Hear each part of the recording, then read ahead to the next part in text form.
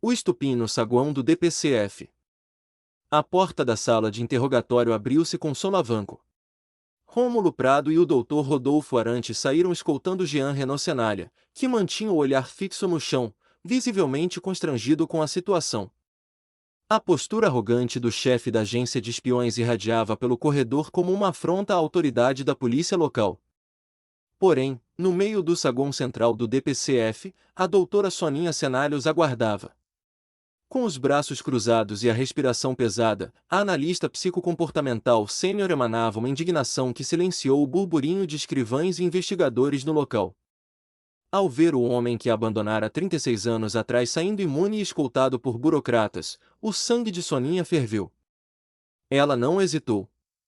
Avassaladora, deu passos largos e firmes em direção ao trio. Doutora, mantenha a distância. Tentou intervir o advogado Rodolfo Arantes, erguendo a mão. Soninha simplesmente ignorou a advertência, desviou do advogado com maestria e parou cara a cara com Jean. Antes que Rômulo Prado pudesse esboçar qualquer reação de segurança, a mão de Soninha estalou com força no rosto de Jean Renaud. Estalo! O som ecoou limpo por todo o saguão do DPCF. O impacto fez a cabeça do agente 1962 virar para o lado. Uma marca vermelha começou a despontar imediatamente em sua bochecha. Isso é por 36 anos de covardia! Gritou Soninha, a voz embargada pela mistura de raiva e dor represada. Você desaparece, deixa o seu filho crescendo sem pai, e quando volta para Brotov é escoltado como um criminoso intocável. Você não passa de um fantasma moral, Jean. Jean ergueu a mão devagar, tocando o rosto dolorido. Ele não revidou, não encarou Soninha com raiva. Nos olhos do espião experiente, havia apenas um profundo e silencioso remorso. Soninha, me desculpa, murmurou Jean, com a voz quase inaudível. Não se atreva a pronunciar o meu nome. Disparou ela, dando um passo para trás e apontando a saída. Fora da minha delegacia. Fora da vida do meu filho. Rômulo Prado ajustou o paletó, visivelmente irritado com o vexame público, e segurou Jean pelo braço com rispidez. Vamos embora agora, agente Jean.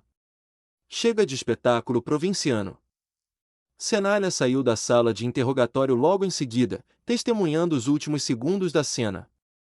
Ele correu para amparar a mãe, que respirava fundo, tentando recuperar o controle emocional, enquanto o trio da agência de espiões cruzava as portas de vidro para a rua.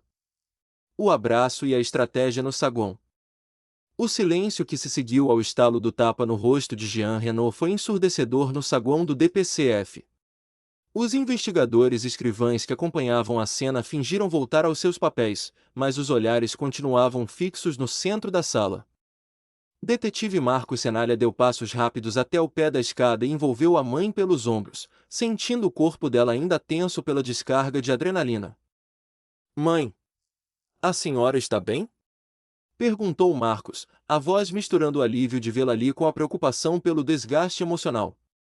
Soninha respirou fundo, fechou os olhos por um instante e assentiu, endireitando o paletó com um gesto firme. Eu estou bem, meu filho. Só, lixando decibéis que ficaram presos na garganta por mais de 3 décadas, respondeu ela, recuperando a compostura com a elegância fria de sempre. Mas não pense que isso encerra o assunto.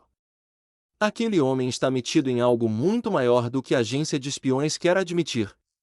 Eles não aparecem com um advogado federal a tiracolo por acaso. Antes que Senalha pudesse responder, as portas automáticas de vidro do DPCF se abriram com ímpeto. Krisha Rivera e a doutora Lívia Napolitano entraram quase correndo, trazendo folhas impressas e um tablet com os dados recém-extraídos. Senalha! Ainda bem que te pegamos aqui, disse Krisha, erguendo o mandado assinado pela corregedoria. Conseguimos a autorização de emergência para invadir os servidores do Cassino Night Club antes que o Pedro Turrão apague tudo. Lívia Napolitano aproximou-se, apoiando-se na mesa de atendimento com uma expressão séria. Mas tem mais. O Felipe Bronson isolou o áudio do ponto eletrônico do Jean. A ordem para a missão em Brotóvia, e a tentativa de encobrir o assassinato de Chandelle, não veio de um cartel comum. Veio de uma linha encriptada operada de dentro do próprio governo estadual. E para piorar, Rômulo Prado acabou de tirar o Jean daqui com imunidade federal, não foi? Cenália olhou para o documento que ainda guardava na memória, depois para a mãe e para as duas colegas. O quebra-cabeça estava perigosamente completo. Acabaram de levar o Jean sob a tutela da E, confirmou Marcos, cerrando os dentes. O Rômulo Prado e um advogado de porta de cadeia federal chamada Rodolfo Arantes.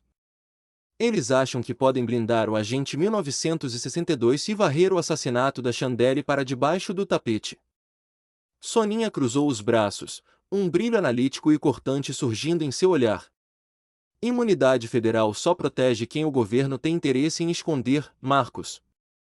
Se a agência de espiões e o palácio do governo estão alinhados para proteger essa operação, significa que o rastro digital do Bronson e o mandado do cassino são as únicas armas que temos para implodir essa farsa jurídica.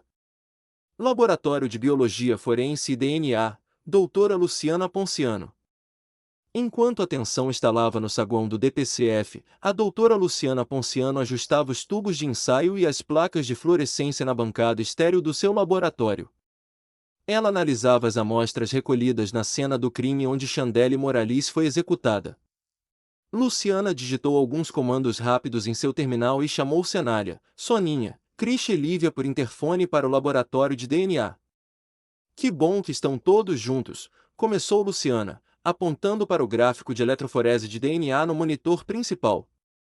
Os resultados dos vestígios biológicos encontrados sob as unhas de Chandelle e no copo de uísque do quarto de hotel finalmente processaram. Ela girou a tela para que o grupo pudesse ver os picos genéticos. O DNA sob as unhas da vítima apresentou um perfil misto, mas o DNA majoritário, foro da própria Chandelle, pertence a Pedro Turrão, o magnata dono do cassino Night Club. Ela lutou contra ele ou esteve em contato físico violento com ele horas antes de morrer. O DNA no copo e na maçaneta da porta foram encontrados vestígios de toque correspondentes ao perfil genético do agente Jean Renault. No entanto, há um detalhe crucial: há impressões de toque de uma terceira pessoa desconhecida no trinco interno, o que corrobora a tese de que alguém invadiu o quarto logo após Jean ser apagado. Laboratório de Química Forense, Dr. Alfredo Plutônio. Antes que alguém pudesse processar a bomba biológica deixada por Luciana, a porta do laboratório vizinho se abriu. O doutor Alfredo Plutônio entrou apressado, limpando as mãos em uma flanela, com um relatório técnico recém-impresso nas mãos. Me desculpem interromper a biologia, mas os exames toxicológicos e químicos que o inspetor Villanova me mandou do caso do cassino e da pensão acabaram de rodar na cromatografia gasosa, anunciou Alfredo, estendendo as folhas para o detetive Cenália. O sedativo do Jean Renault, o sangue recolhido de Jean quando ele deu entrada no DPCF continha altas doses de midazolam sintético combinado com éter etílico. É o coquetel clássico usado para apagar alvos em operações encobertas de inteligência sem deixar marcas permanentes. Resíduos na roupa de Chandelle. Nos tecidos da blusa de Chandelle, Alfredo encontrou vestígios de nitrato de celulose modificado e micropartículas de pólvora fria, indicando que a queima do disparo ocorreu a menos de 50 centímetros de distância. Mas com um tipo de propelente industrial altamente restrito, o mesmo utilizado em lotes de armamentos de uso exclusivo das Forças Especiais da Agência de Espiões, AE. Cenália encarou os dois laudos sobre a mesa, o DNA de Pedro Turrão nas unhas da vítima e a assinatura química da agência de espiões na execução. Não há mais o que debater, concluiu Cenália, a fúria dando lugar a uma frieza tática implacável.